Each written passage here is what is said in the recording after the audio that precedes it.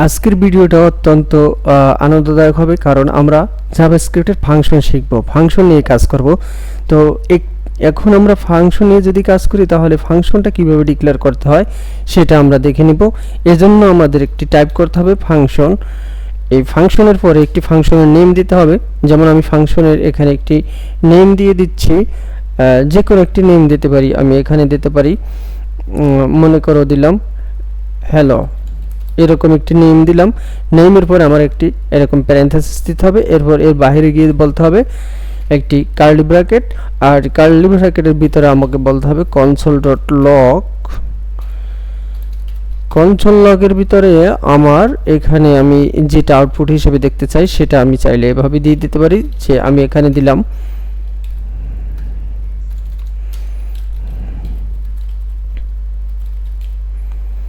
আমি একটি যে কোনো কন্টেন্ট দিলাম, কন্টেন্ট দেওয়ার পর একটা সেমিকোলন দিলাম। আর এই আউটপুটটাকে দেখলে ফাংশনের আউটপুট দেখার জন্য আমাকে যেতে হবে যে আমার প্যারেনথেসিসের বাইরে গিয়ে আমাকে বলতে হবে কি বলতে হবে, এর বাইরে আমার ফাংশনের নেমটি বলে দিতে হবে। তার আমার ফাংশনের নেম ছিল হ্যালো এবং একটি ফার্স্ট ব্র্যাকেট। ঠিক একইভাবে আমাকে এখানে আউটপুট এটাকে ডিক্লেয়ার করে দিতে হবে।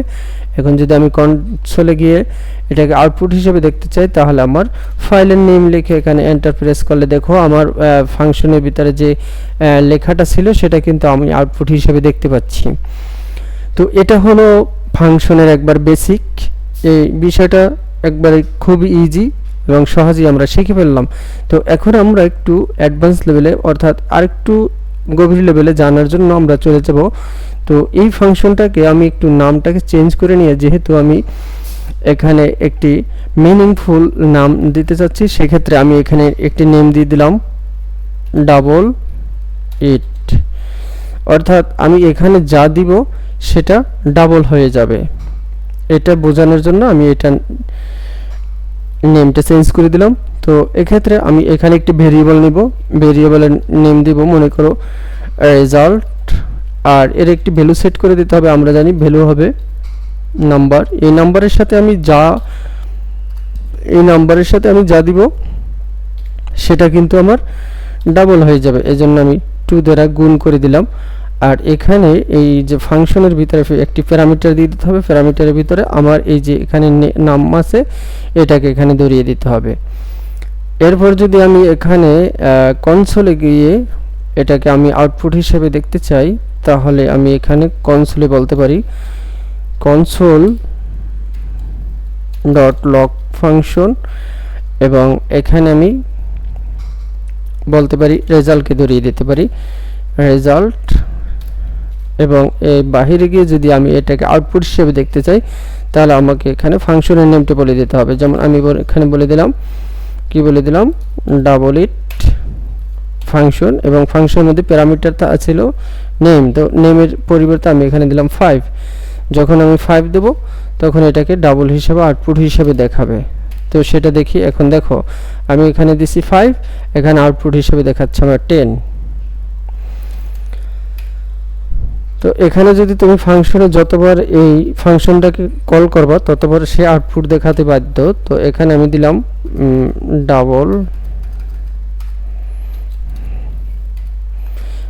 ইট। এই ফাংশনের ভিতরে প্রথম যখন আমি 5 পেলাম তাহলে 5 এর মান দিল আমাকে 10। তো আমি এবারে কি করি, এবার একটু বেশি দিই, কারণ আমি যখন প্রথমবার ডাবল পেলাম তাহলে তো আমি খুশিতে আত্মহারা, এই জন্য আমি দিলাম আরও বেশি করে। দেখবো এবার আমি আরও ডাবল পাবো। দেখো এবার আমি পেলাম 100, 50 দেওয়াতে 100। তাহলে 50 যখন দেওয়াতে তুমি 100ই দিছো ঠিক মতো, তাহলে তোমাকে এবার আরও বেশি দিব। যেমন আমি এখানে সেট করে দিলাম 500, তাহলে আমাকে এবার রেজাল্ট দেবে 1000। দেখো আমি যতবার ডাবল দিচ্ছি ততবার তার দ্বিগুণ ফল পাচ্ছি। তো এইবার আমি ফাংশনের ক্ষেত্রে আরেকটু বিষয় একটু ভিন্নতা নিয়ে আসবো। সেটা হলো আমি এখানে মনে করি কনসোলের পরিবর্তে আমি এখানে একটি রিটার্ন ফাংশন ইউজ করব। এজন্য আমি এখানে দিলাম রিটার্নের ক্ষেত্রে আমার এখানে আসবে রেজাল্ট। রিটার্ন হিসাবে দেখাও রেজাল্ট, যে ভেরিয়েবলটা আছে সেটাকে রিটার্ন করো। তো এটাকে যদি রিটার্ন করে তো সেক্ষেত্রে আমার এই আউটপুটটা কিভাবে দেখব সেটা দেখার জন্য আমি এখানে চাইলে একটি ভেরিয়েবল নিতে পারি, একটি ভেরিয়েবলের নেম দিতে পারি। মনে করো আমি এখানে ভেরিয়েবল দিলাম ফার্স্ট ফার্স্ট নামে একটি ভেরিয়েবল নিলাম এবং এর একটি ভ্যালু সেট করে দিতে হবে, যে ফার্স্টের ভিতরে কে থাকবে সেটা আমি দিয়ে দিতে পারি। তো আমরা কি করব, এখানে একটি ভেরিয়েবল নিলাম ফার্স্ট নামে, এর একটা ভ্যালু সেট করে দিতে হবে। মনে করো এই ভেরিয়েবলে ফার্স্ট যে আছে তার ভিতরে আমি রাখলাম কাকে, ফার্স্টের ভিতরে আমি একটি ভেরিয়েবলের ভ্যালু দিব, ফার্স্টের ভ্যালু দিতে পারি আমি যে ডাবল আছে, আমার যে ফাংশনের নেম আছে ডাবল, এই ডাবল ইটের ভিতরে আমি এখানে বলে দিতে পারি যে তুমি এখানে 5 এই জিনিসটা দাও, এবং আরেকটি ভেরিয়েবল নিতে পারি একইভাবে ভেরিয়েবল, এটার নেম দিতে পারি আমি সেকেন্ড ভেরিয়েবলের আমি একটা ভ্যালু দিতে পারি যে এটা তুমি যে ফাংশন আছে ডাবল ইট নামে সেটার ভ্যালু হিসাবে তুমি 50 এটাকে অ্যাসাইন করে দাও, এটাকে অ্যাসাইন করে দিলা।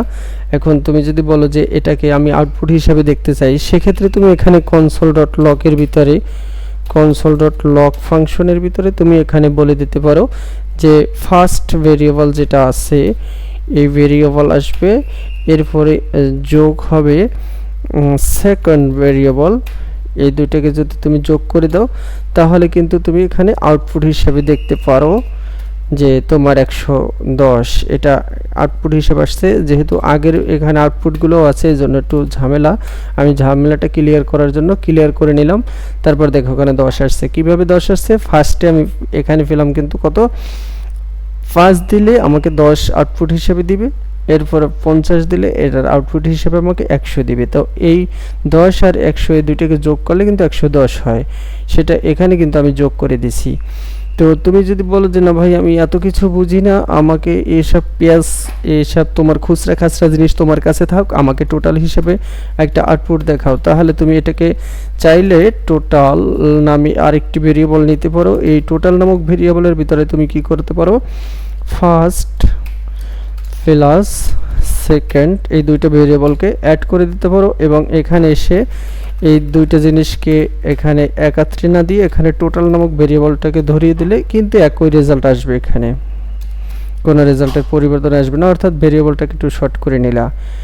এরপরে তুমি চাইলে আরেকটি ফাংশন এখানে ইউজ করতে পারো, সেটা হলো এখানে আমি আরেকটি ফাংশন নামে ফাংশন নিয়ে নিলাম। এই ফাংশনের ভিতরে আমি কি করতে চাচ্ছি, আমি অ্যাড ফাংশন হিসেবে অ্যাড একটা ফাংশনের নেম দিলাম, এর ভিতরে আমি চাইলে দুইটা প্যারামিটার নিতে পারি। যেমন দুইটা প্যারামিটার একসাথে কিভাবে ফাংশনে কাজ করে সেটা আমি দেখব। তো প্রথমে নিলাম নাম, এরপর একটি কমা ইউজ করবা, এরপর আরেকটি নাম নিবা, এই দুইটা নাম্বার নিলা, এই দুইটা নাম্বারের জন্য দুইটা প্যারামিটার নিয়ে নিলাম। এরপর প্যারেনথেসিস কার্লি ব্র্যাকেটের ভিতরে আমার একটি ভেরিয়েবল ডিক্লেয়ার করতে হবে। মনে করো আমি একটি ভেরিয়েবল নিলাম, এই ভেরিয়েবলের আমি একটি নেম দেব। তো এখানে আমি নেম হিসাবে কি দিতে পারি, মনে করো উপরের যে আমার ফাংশনগুলো আছে এগুলো আর আমি এখানে রাখতে চাচ্ছি না, এগুলো এখান থেকে সম্পূর্ণ রিমুভ করে দিলাম। তো এখানে আমি রেজাল্ট হিসাবে একটি ভেরিয়েবল নিলাম, আর এই ভেরিয়েবলের মান হিসাবে আমি সেট করে দিতে পারি, কত দিতে পারি, তো আমি এখানে ভ্যালু হিসাবে দিতে পারি, যেমন রেজাল্টের ভিতরে আমি রাখতে পারি নাম্বার 1 যে প্যারামিটার আছে সেটাকে আমি এখানে রাখলাম, এবং প্লাস দিয়ে নাম্বার 2 যে প্যারামিটার আছে সেটাকে এখানে আমি পাস করে দিলাম। এরপর আমি যদি এখানে এটাকে রিটার্ন করি তাহলে রিটার্ন হিসাবে আমি কাকে রাখতে পারি, রেজাল্ট নামক যে ভেরিয়েবল আছে তাকে আমি এখানে রিটার্ন করে দিতে পারি। তারপরে আমি এটাকে আউটপুট হিসাবে দেখতে চাইলে অবশ্যই আমাকে কি করতে হবে, অ্যাড নামক যে ফাংশন আছে সেই অ্যাড ফাংশনকে এখানে বলে দিতে হবে। তাহলে অ্যাড ফাংশনের ভিতরে আমি চাচ্ছি প্রথম প্যারামিটারের জন্য মান সেট করে দিতে, তো তাহলে খেয়াল করবো এখানে প্যারামিটার কয়টা আছে, এখানে কিন্তু প্যারামিটার দুইটা আছে, নাম্বার 1 এবং নাম্বার 2। তাহলে প্রথম আমি এই ফাংশনের ভিতরে যে মানগুলো সেট করে দেব, প্রথম যেটা দেব সেটা কিন্তু নাম্বার 1 এ পাবে, দ্বিতীয় যেটা দেব সেটা কিন্তু নাম্বার 2 তে পাবে। তো আমি এখানে প্রথম দিলাম 15, তারপর একটা কমা দিব, কমাটা দেওয়ার পরে আমি এখানে নাম্বার 2 এর জন্য আরেকটা ভ্যালু সেট করে দিলাম, যেমন আমি এখানে দিলাম 17। এরপর যদি তুমি এখানে আউটপুট হিসেবে দেখতে চাও, যে আমি কিন্তু এখানে ফাংশনের মানটা বলে দেওয়ার পরে আমাকে অবশ্যই console.log করে এখানে আরেকটি ভেরিয়েবল নিয়ে বলতে হবে সেটা। তো কনসোল ডট লগের জন্য ইউজ করার জন্য আমাকে এখানে কিন্তু একটি ভেরিয়েবল ডিক্লেয়ার করে দিতে হবে, যেমন বার হিসেবে নিলাম এবং এটাকে এই ভেরিয়েবলটাকে রাখলাম সাম হিসেবে, আর তার ভিতরে ফাংশনের নামটা ডিক্লেয়ার করে দিলাম। কিন্তু দেখো যদি আমি এখানে কনসোল ডট লগ হিসাবে এখানে কনসোল ডট লগে আউটপুট দেখতে চাইলে আমাকে কিন্তু এই ফাংশনের নামটা ডিক্লেয়ার করে দিলেই হবে না, যেহেতু আমি এখানে রিটার্ন করেছি। আমি যদি এখানে কনসোল বলে দিতাম রিটার্ন রেজাল্ট, এটা না বলে এখানে যদি কনসোলের ভিতরে আমি রেজাল্টকে বলে দিতাম, তাহলে কিন্তু আমার এটার শুধু ফাংশনের নামটা ডিক্লেয়ার করে দিলাম, আমি আউটপুট হিসাবে পেয়ে যেতাম।